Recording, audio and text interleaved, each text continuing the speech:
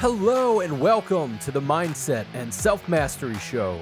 I'm your host, Nick McGowan, and on this show, my guests and I unpack the stories that shape us and the lives that we lead on our path to self-mastery. So, let's not wait any longer. Let the games begin.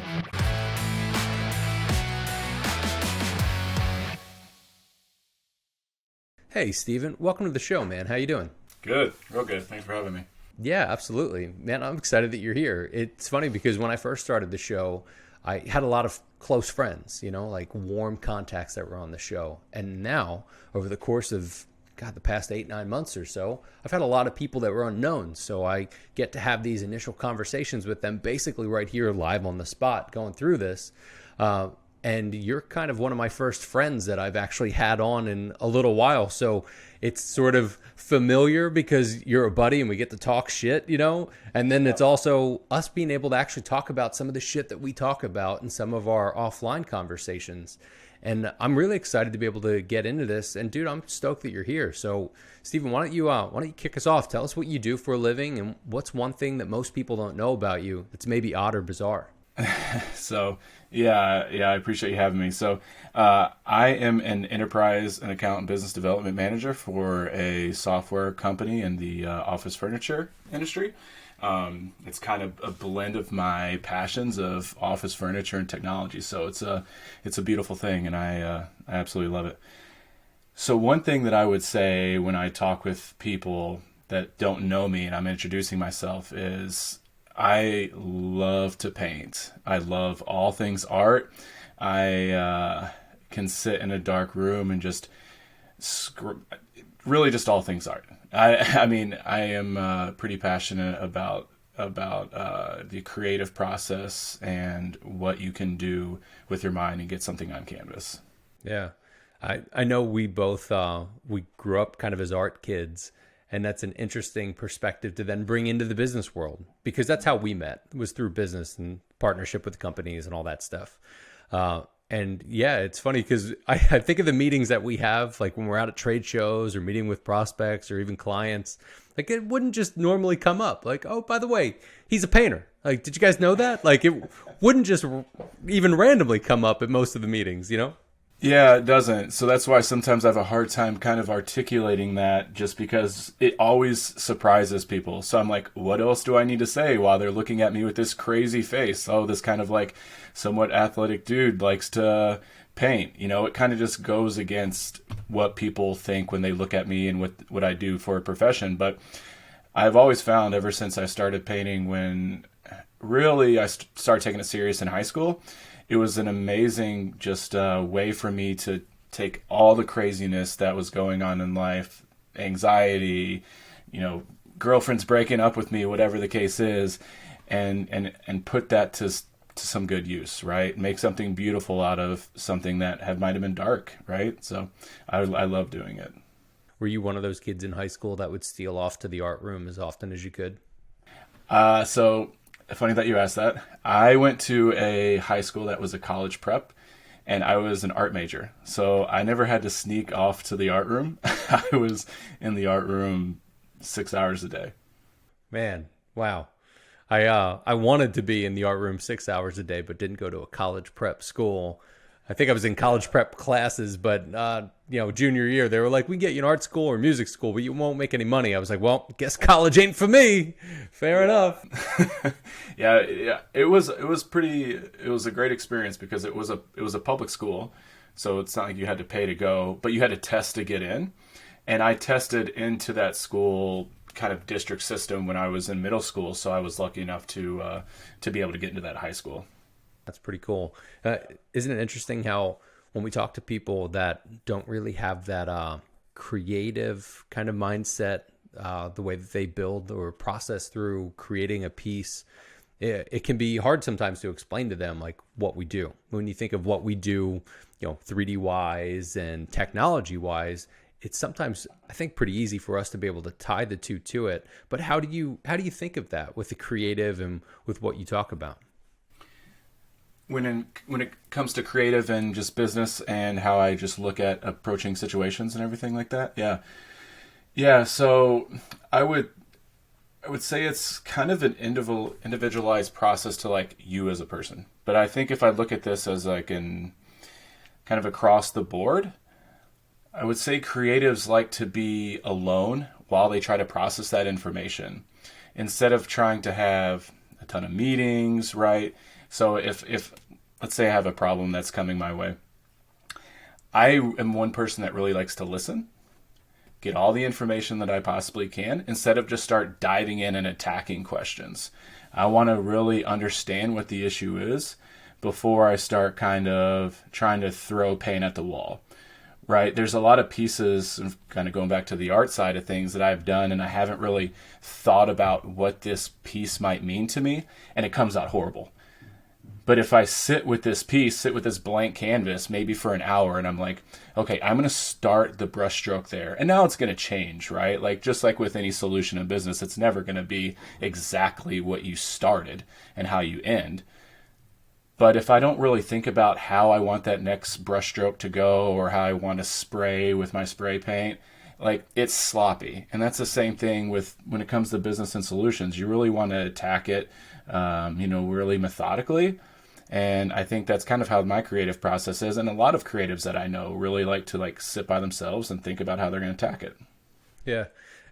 It's interesting as you say that, I kind of picture you sitting there and just staring at this blank canvas and being like, where do I start with this thing? But understanding that you want to figure out what your intention is. I think there are some people that stop that thought from letting them do anything. Like, it doesn't allow them to act because they're too busy thinking about things. Do you ever find that you're kind of in that?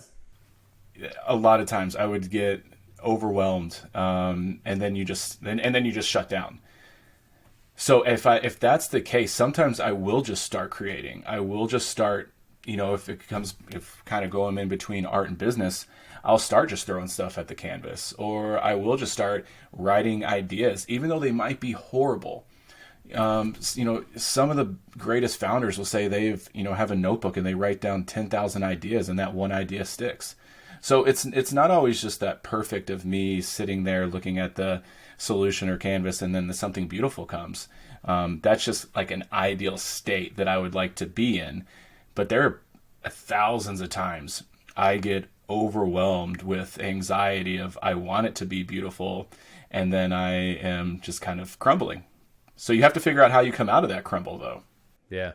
Well, let's talk pre-crumble, and then we'll get post-crumble. So what do you do in those moments when you feel like, all right, I'm getting overwhelmed, or I can start to feel it welling up? What do you do to divert that? A lot of times I'll go to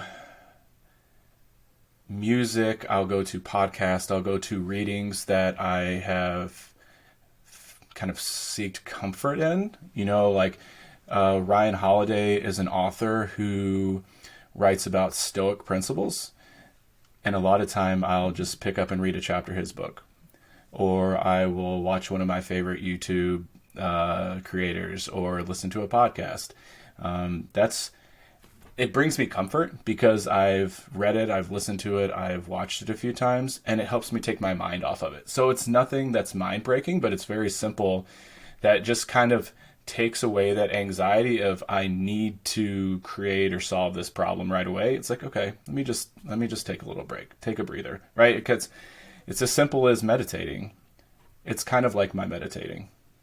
Yeah, it's just like what they teach us in art too. Like, if you're just beating on a product or a project rather, you got to step away and come back with fresh eyes. Yeah, exactly. So when you go to those things, do you start to feel yourself get to the point where you're like, all right, I got to do something really right now?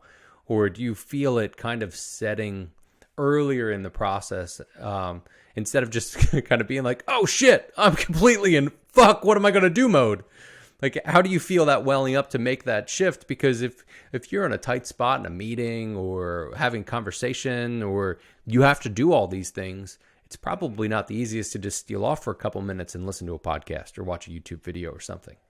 Yeah, it's not. So again, that's kind of situational. If you're sitting in a boardroom, which I've been in many a times, or you're sitting in a meeting and you have people that are counting on you, what I have found, truth is the only thing that'll set you free, right? I know that's kind of an old saying and it's kind of cliche, but if you're feeling overwhelmed and you don't understand or you can't present the solution or answer that might be needed of you at that time, just reach out to the group and say, we need to circle back to this. We need to come back to this at a later time. That isn't maybe always going to work, but I have found that when I try to bullshit my way through an answer when I'm feeling stressed or overwhelmed, it digs me into a deeper hole. So I am normally just honest with the people that I'm around. That's a huge lesson. I know that's something that we don't really, you and I probably didn't really learn that until our 30s. You know, being like, I'm going to fucking keep doing this. I'm going to keep going and I'll maybe try to figure something out. But you're totally right, man. That's a superpower to be able to say, you know what? I'm not entirely sure, but I'll go find out or, take that next step. Yeah, there was one time in particular, I would say I learned this lesson the hardest way possible. I was presenting to some investors of mine from my previous life when I was building a company.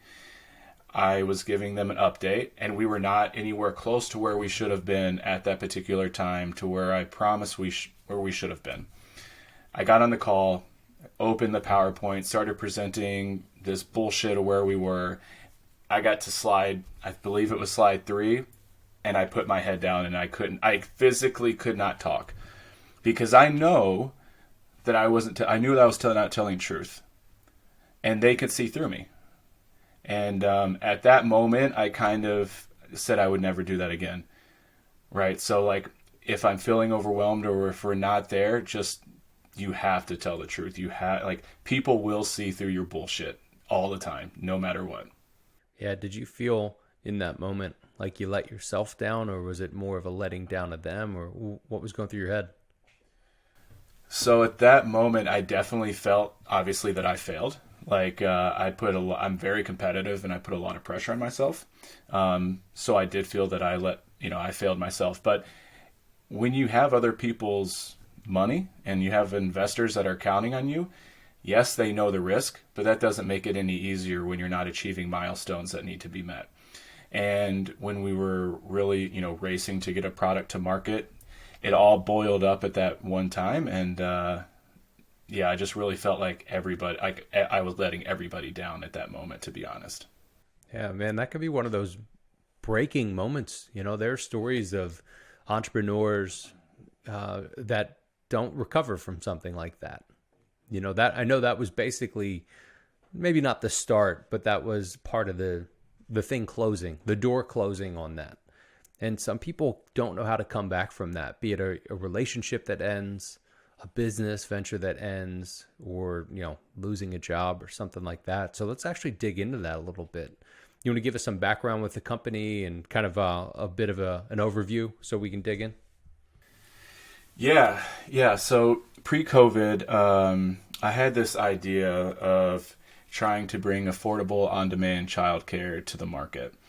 I brought on a co-founder who was a really good friend of mine, an incredible marketing genius. When he was a director at Amazon. That's besides the point. Sorry. So we had this idea. So we worked on this idea for a little while, but realized there were a lot of holes in this particular idea about affordable childcare, just because there were a lot of security issues and that sort of thing. So we switched focus, and we started this on-demand learning platform.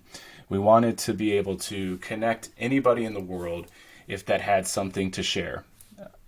And we started that. We made that change January of 2020.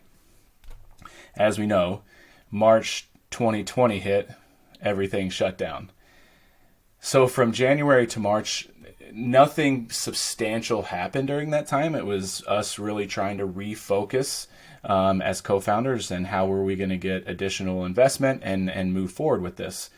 But when this happened, we were like, oh, great. Like this could really help our idea at the time. It wasn't necessarily a company, really excel. So at that point, we really doubled down. We went out and we raised a pretty substantial amount of money. I was I was pretty proud. We didn't raise a ton of friends and family. I did have a few close friends that ended up, trusting us and investing with us. But at first, my goal was to never accept any friends and family. One, because my parents are parents that would say, "Hey, go fuck yourself. It's my money," very lovingly. But it's we're not going to give you any money. So we went down that road, and we brought on another technical co-founder after that time, and continued down the startup path. So as you continue down that, so we knew that the idea, based off of how many investors that we had, was valid. And once we started doing market research, testing, we were getting some kind of beta users and a very, very rough version of what we were going to bring to market. It was gaining some traction. And at that time, we had people asking us to invest their money without us have to invest. So all these kind of things were kind of coming into play, which was great. Towards the end of 2020 is when everything kind of started to turn. Our technical co-founder left at the end of 2020. We scrambled to find new development partners, which we were able to do so. But that was kind of the turning point where we were really pushing a boulder uphill at that time. Yeah, and it's tough. It's kind of it's a tough hill to climb. No, I'm trying to get away from the pun there, but like it is. No matter what you're doing, no matter what business it is, and there are a lot of people that listen to the show that have either currently have a side hustle, or they're full time in their business, or they want to do something. But there's always that fear, no matter what, that fuck, what if it just doesn't work? How do I come back from that? You know? I didn't have that in my head for the longest time. And well, let me back up. One reason I didn't want friends and family is because I had maybe a nugget of that. Yeah. But I knew what we were building could be used by hundreds of thousands. I was hoping millions of people. So I didn't really let that enter my mind. Even when our technical co-founder left, I knew we had such a good relationship with our investors. We were able to find another development team that was able to help us. That was absolutely amazing. I might have been not kind of looking at the writing on the wall at the time, but I was determined that we were going to continue to make this work because we saw what the market was asking for, and it wasn't quite fulfilled, and we knew what we were bringing could fulfill that gap. So I really tried to not let that kind of negativity enter, even though it was very hard. It was incredibly hard when we fell on our face at the end of 2020, and we had to eat that. Yeah, it's a thing that's there no matter what, as you pointed out, like that nugget. I wouldn't ever suggest that anybody starts a business thinking like, well, fuck, this thing ain't gonna work. There's no reason to do anything like that. In fact, if you have no belief, then nothing's going to happen with it. At least positive, nothing's positive going to happen with it. But in that case of being able to keep fighting that good fight, that's kind of one of those balanced areas where you've got to know at some point when you let the damn thing die. And you got to be okay with that. And that's a difficult pill for anybody to swallow because for the most part, a lot of people put everything they can into what they're doing, especially as an entrepreneur. That's part of what's in our genes, to just give it everything we've got. So how did you not set your character within all of that and still be able to separate yourself from it without saying, this was who I was and now I have nothing left? Oh, wow. That's a very loaded question, because I think when you put your entire self into something, it's very hard to separate that when it comes to that time. And to make sure while you're still in the moment, to remember that there's other things that are going outside of this entrepreneurship startup, right? First and foremost, I am a husband and a father of two. And I can tell you that building a company put the most strain on my relationships and marriage that I have ever experienced. It definitely brought to the lowest point. but I was so wrapped up that that company was, it was gonna it was gonna make me a better person if we were successful. It was gonna make me a better father and a better husband. So I can relate to and admit that I was not able to separate it very well, especially during the time of while I was building. And I would say, as we were making the decision to come to an end, it was very hard to separate that. How did I want to be able to have a takeaway for the audience that goes through this. You know, I know there are certain people that I can think of that actively listen to the show that I know that they've gone through it.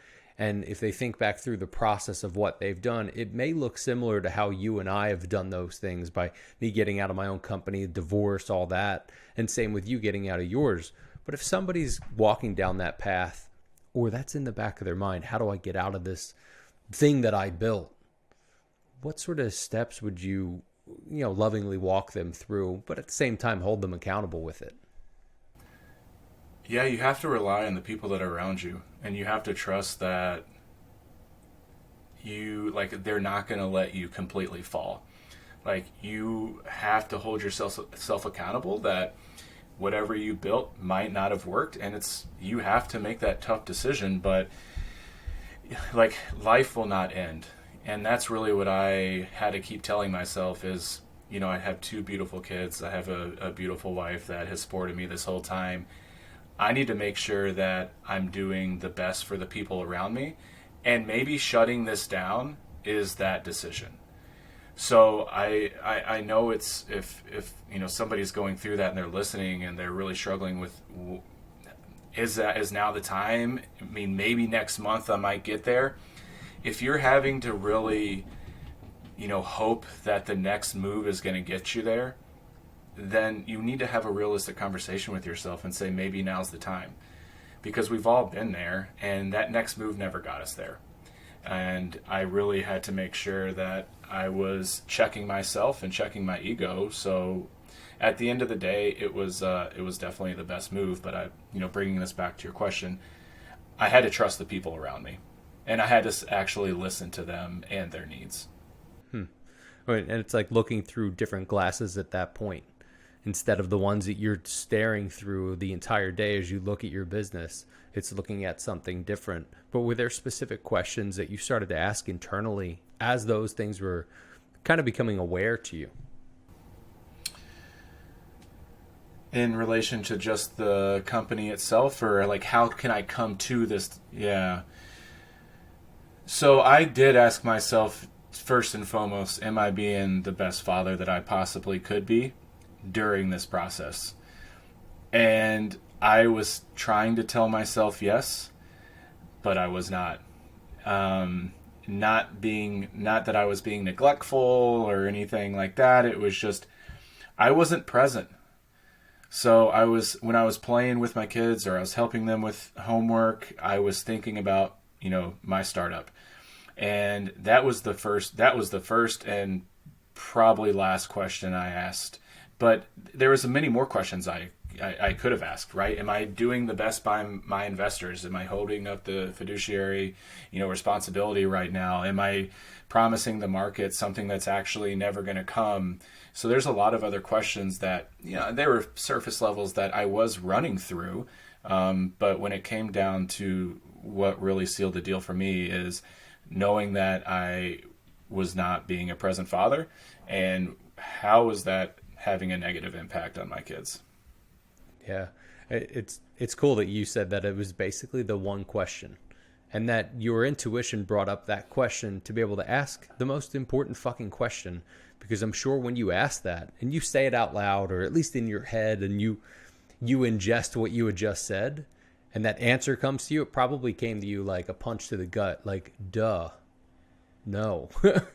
Yeah, there was a few more waterworks when I was answering that question to myself, and when I was, talking with my wife about it, because I'm luckily married to an incredibly strong woman who is not scared to say what's on her mind, which I absolutely love, and said, you need to check yourself, right? You're not there.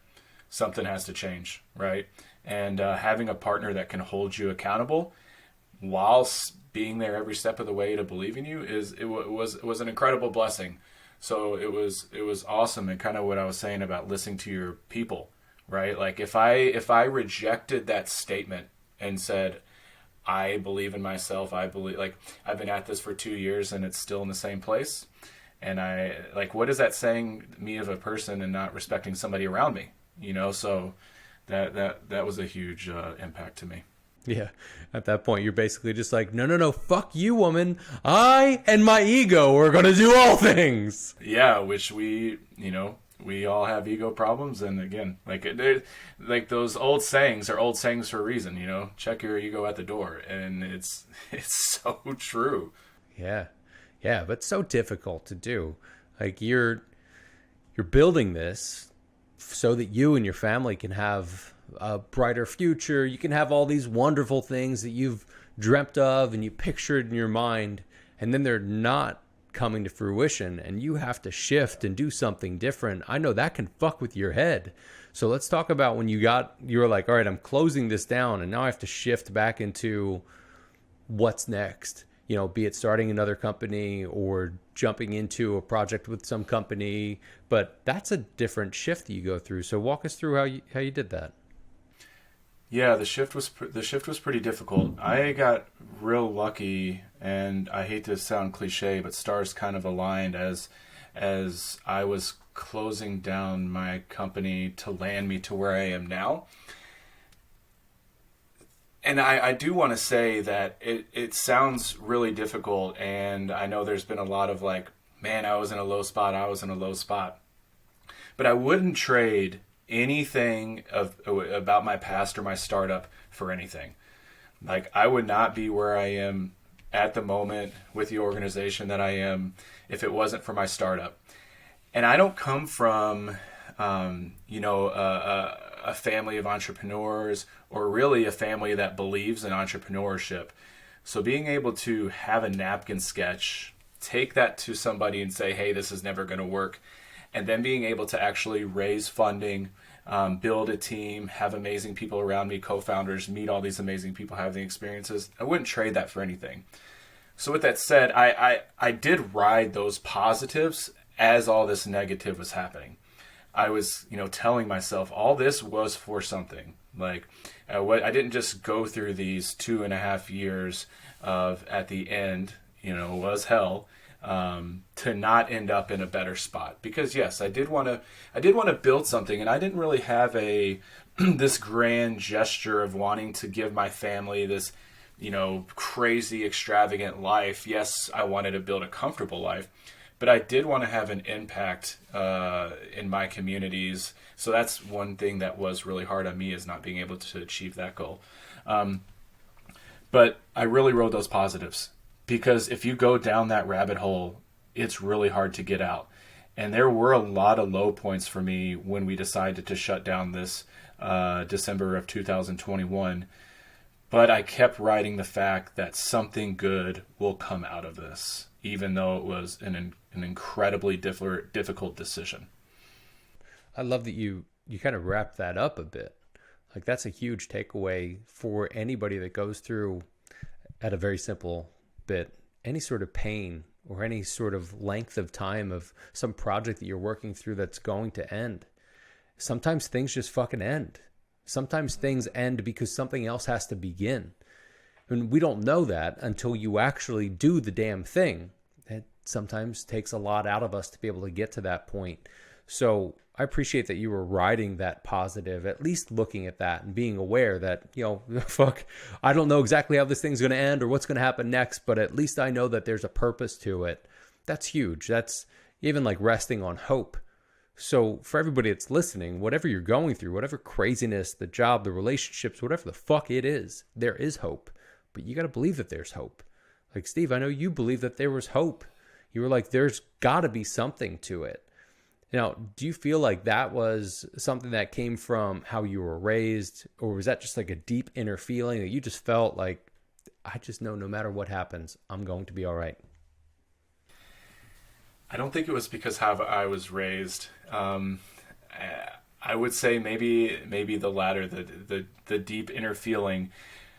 But going back to being a father and a husband, I just couldn't roll over and give up, even though I wanted to.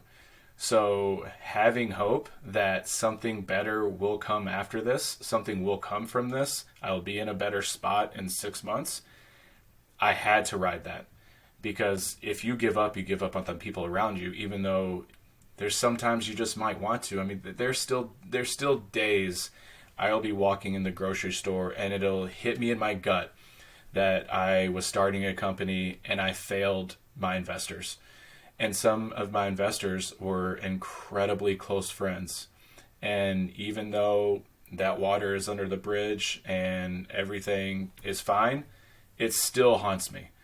So you have to have hope that the next day will be better. Yeah, absolutely, man. I always love to ask the question as we get closer to the end of an episode, what's that one piece of advice you'd give to somebody on their path towards self-mastery? And I think some of the best episodes answer that question before I even ask it. And I think that's kind of what you just did. But if you'd like to add to it, please, sir, go for it. Well, I don't want to really repeat anything that I've already said, even though I think having hope is key in just pushing forward. But one of the things that I would suggest and that I continue to work on is to meet people where they are, right? So meeting people where they are in every aspect of life is probably one of the traits that I try to do every single day, no matter who that I'm talking to. Awesome, man. Well, again, it's been awesome to have you on the show. I appreciate your time. Tell us, where can people find you and where can they connect with you? Yeah, so I'm not an incredibly active social media user, to be quite honest. But if you want to connect with me on Instagram, it's @BlohmSteven, and you can find me on LinkedIn. But other than that, I am not on any other social platform. So sorry to disappoint, but I am a very heavily LinkedIn user. Yeah, I get that. Well, man, I appreciate your time. Thank you so much for being here. Always a pleasure, dude. Yeah, thanks so much, man. Thanks for having me. Another great conversation on today's episode of the Mindset and Self-Mastery Show. So, what did you think of the show today? I'd love to hear your thoughts, and check out the Instagram or Facebook page to join the conversation. If you enjoyed the episode, please jump over to iTunes and subscribe, rate, and leave a 5-star review. It helps us be found and helps others be healed. If this episode opened your eyes, made you think, or smile at all, then I'm sure it'll do the same for your friends. And check out the show notes for more info from today's episode, and check out other episodes on themindsetandselfmasteryshow.com, as well as our YouTube channel. Just go to YouTube and look up The Mindset and Self-Mastery Show. And thanks again to our incredible guests for being real, honest, and vulnerable with us today. And I'd like to thank our sponsors. And most importantly, I'd like to thank you. Thank you for hanging out with us today. Your support means the world to us. And with that, remember, your mindset matters, and so do you.